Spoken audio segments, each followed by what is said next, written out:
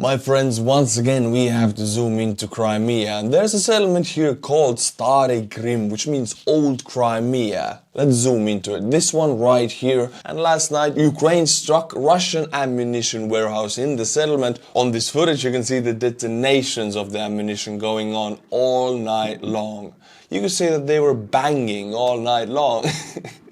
Budanov, this guy right here, commented on this very same attack, and he said that this is the successful operation of the Ukrainian armed forces. Of course he didn't smile while he said it, because he never does. He doesn't know how to smile. Look at that face. Not a drop of smile on that face. The info is that Russians are evacuating this entire settlement right now, about 2,000 residents, and that the highway connecting Sevastopol, this settlement right here, to Kerch Bridge is closed. So now we have Kerch Bridge, which is letting cars through one by one very slowly, being a huge bottleneck. I mean, there are huge traffic jams. And now this highway is also closed, so moving and logistics in Crimea is definitely very problematic for the Russians right now. Let's take a quick look on the Russian losses of the past 24 hours, 19th of July. A few days ago, Russia started their counteroffensive in the Crimea axis, and we'll go into it later in this video. But since the first attempts failed, now there's a tactical pause, so it reflects in the numbers. 470 liquidated personnel, 4 tanks, 8 armored personnel vehicles, 31 artillery systems, again an extremely high number. If you say Bakhmut is the meat grinder for men, then this entire war is a meat grinder for artillery systems. As soon as you feed the systems close to the front lines, they will be minced up, and then you need to bring another ones. Russia has unprecise Soviet artillery, dumb iron, not self-propelled artillery, but towed artillery. They have thousands of those. They just keep bringing them in. By now they must have more of those than ammunition that they shoot. Russians also lost 2 anti-aircraft warfare systems, 46 UAVs. This number here is large because Russia conducted 2 large-scale attacks on Odessa. Odessa is this Black Sea coastal town of Ukraine right here. Before the war it was a paradise. They have sunny beaches, it's the Black Sea coast, it is the paradise. But since Russia pulled out of the grain deal and Ukraine proposed to Turkey that let's go on with the grain deal without Russia, maybe Turkey can enforce the ships, that Russia wanted to send a message and show their strength on attacking Ukrainian Black Sea coastline, so no ships would dare to go into this area. Most of the drones were shot down. There were some explosions, but the reports are that they happened because of the falling debris of the destroyed drones, because they have their momentum and they're on fire. So even if you shoot the drone down, if it's an urbanized area, there will be explosions and damages. Russia is flexing their muscle, trying to scare Ukraine off the Black Sea. Right now, no grain ships are moving. If Erdogan is bold enough to give another bitch slap to Putin's face and make this deal with only Ukraine, then Russia is helpless to do anything. They don't have the force to change this. Russia also lost 6 cruise missiles because they used those also in an attack, 19 vehicles and fuel tanks, and 6 special equipment. Now, my friends, I will zoom into the Crimea axis. It's this settlement right here. And the reports are that about 3 days ago, Russia started their largest offensive operation in 6 months. Russians have massed about 100,000 troops on the eastern front. Most of them are concentrated around Crimea and Severodonetsk. And the operation is a go. You see this red salient right here? This is a new Russian occupied area. They actively started pushing in this area. The data is that they have about 900 tanks in the eastern front and about 555 artillery systems. And they're using them to push from Crimea to west. And this is the newly occupied area. It's mostly fields, as you can see. By now 3 days have passed and we have official Ukrainian response to it. Ukrainians are stating that they have stopped the Russian advance. They have lost some positions, but the offensive has been contained. And from yesterday, Russians were unable to move forward. In the last video, I also already reported of destroyed Russian convoys on this Crimea axis. There are more of those today, and as you can see, active battles right now are happening in this forest strip close to the settlement of Dibrova. My friends, now we have official information of what's the future of Wagner PMC. Putin has made up his mind and he has shared the intel. According to Putin, Wagner PMC never existed officially in Russia because according to Russian law, private military corporations are forbidden. But they existed as an unofficial military force operated by the Russian Ministry of Defense of Russia, and now Putin has decided to officially close Wagner. How will the closing be happening? Well, all of the Wagner fighters will be separated into smaller groups. Some of them will go to Belarus, some of them have already gone to Belarus, and some of them will sign contracts with the Russian Ministry of Defense, and a very few small selected will stay with Prigozhin. Lithuanian intelligence reports that out of those, a few hundred soldiers who have gone to Belarus, before they went, they surrendered all of their military equipment to the Russian Ministry of Defense.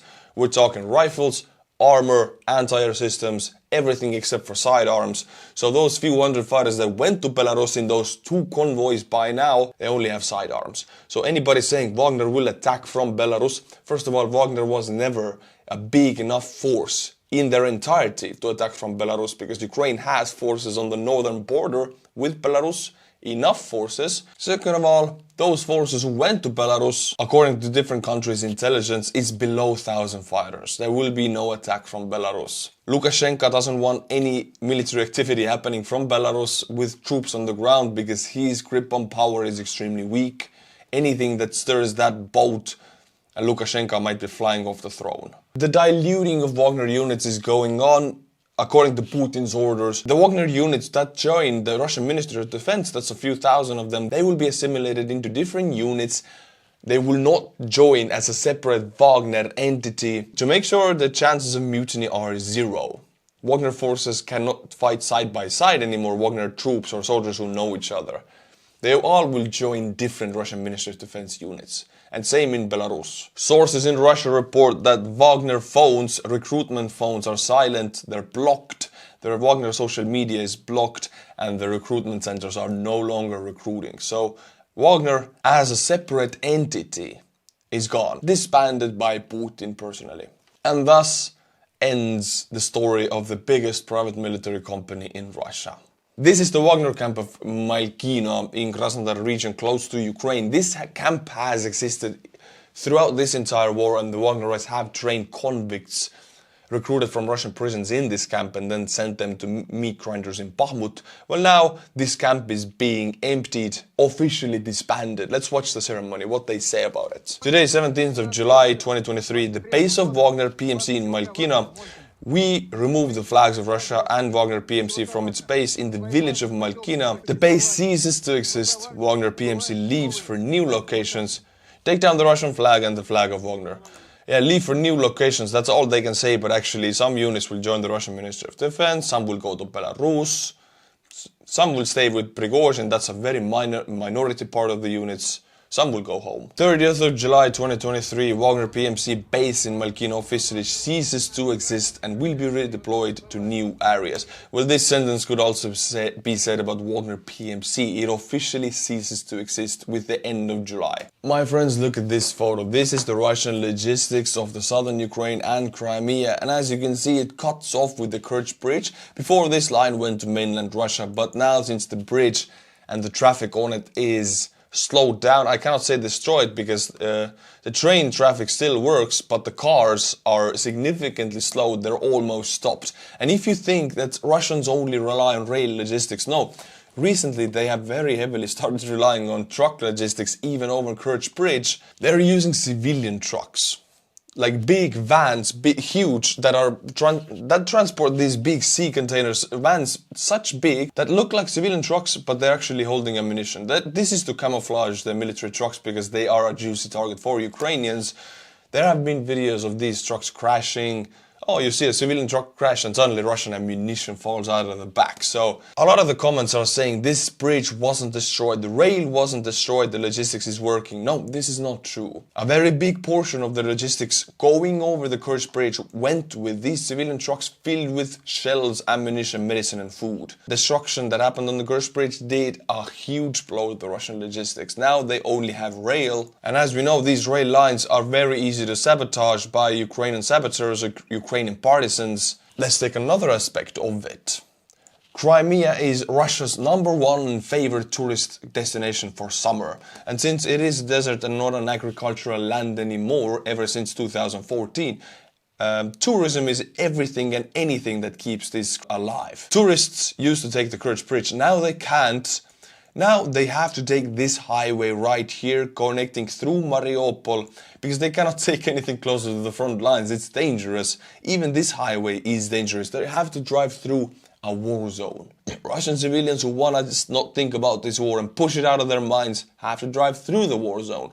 Russian government actually published a step-by-step tutorial or guideline how to get to Crimea without the Kerch Bridge. Let's watch it. It's a bit funny. Instructions for traveling across liberated territories, occupied territories of Ukraine. How to get to Crimea. First of all, you need the border crossing going through Jankoy to Melitopol from Crimea. Refuel your car, withdraw cash, buy plenty of drinking water. Good so far. Remember that you are entering the regions where there are hostilities in the north and martial law has been imposed in the regions themselves. Do not stop in unequipped places if possible. Stop at gas stations and in towns. Gas stations are located every 50 to 100 kilometers. Many of them accept cards. You can have a snack. Well, thank you, Russian government. I will have a snack. You will meet military checkpoints. Do everything that the servicemen say. Do not be rude. Do not push for your rights. You don't have rights in Russia. Do not push for them. They don't exist. At most you will be asked to show your documents and show your bags, and at most they will take your money, and if they need a car they will take your car. This is a true version of the instructions. Always keep your documents close to you, because the military will take your passports anyway and not give them back to you if they need your man to go to the front. A perfectly smooth new road has been built from Crimea to Rostov region. Ooh, wow! In Melitopol, in the city center, you can have a delicious lunch and withdraw money. Let's see, where is Melitopol? Oh, a Melitopol right here, the major logistical hub of the Russian army and the headquarters of Russian occupied southern Ukraine, which has been the target of Ukrainian missile and drone attacks for the last 6 months regularly. Go here, have some lunch. It's a beautiful place to be. Your way lies through Melitopol, bypassing Berdyansk, then Mariupol and Taganrog. It's a 400 kilometer or 5 to 6 hours of drive. Yeah, it's not gonna be 5 to 6 hours. This 400 kilometers here with the checkpoints and war going on, it's gonna be 10, 12, 15 hour drive. There are traffic jams here because the Kerch Bridge is destroyed. Download offline maps in case the connection is lost. Pass military vehicles with V and Z symbols. Do not drive at night. Insurance policies are not valid there, so you will not have insurance. If a Russian tank with a V symbol drives over your car, which happens on a regular basis in Russia, your insurance won't cover your body and your car. But don't worry about it. Because in Melitopol you can have a nice warm meal with the drone attacks. The road is safe, but vigilance must be maintained at all times. Do not stop outside checkpoints and the rest areas. Medical assistance can be sought from the military and police. Yeah, the very same Russian military who don't receive their wounded from the front lines and their wounded translate into KIAs in a few days. This very same military will provide you with medical help. Do not go into fields and forests because they're mined. Do not take pictures of Russian army vehicles and soldiers. Well, every Russian civilian does and post them online, and this is how I get most of my videos. Be polite and calm. Everything is built on mutual respect and patience in the special military operation zone. Look at all this mutual respect on this map. This red mutual respect area right here.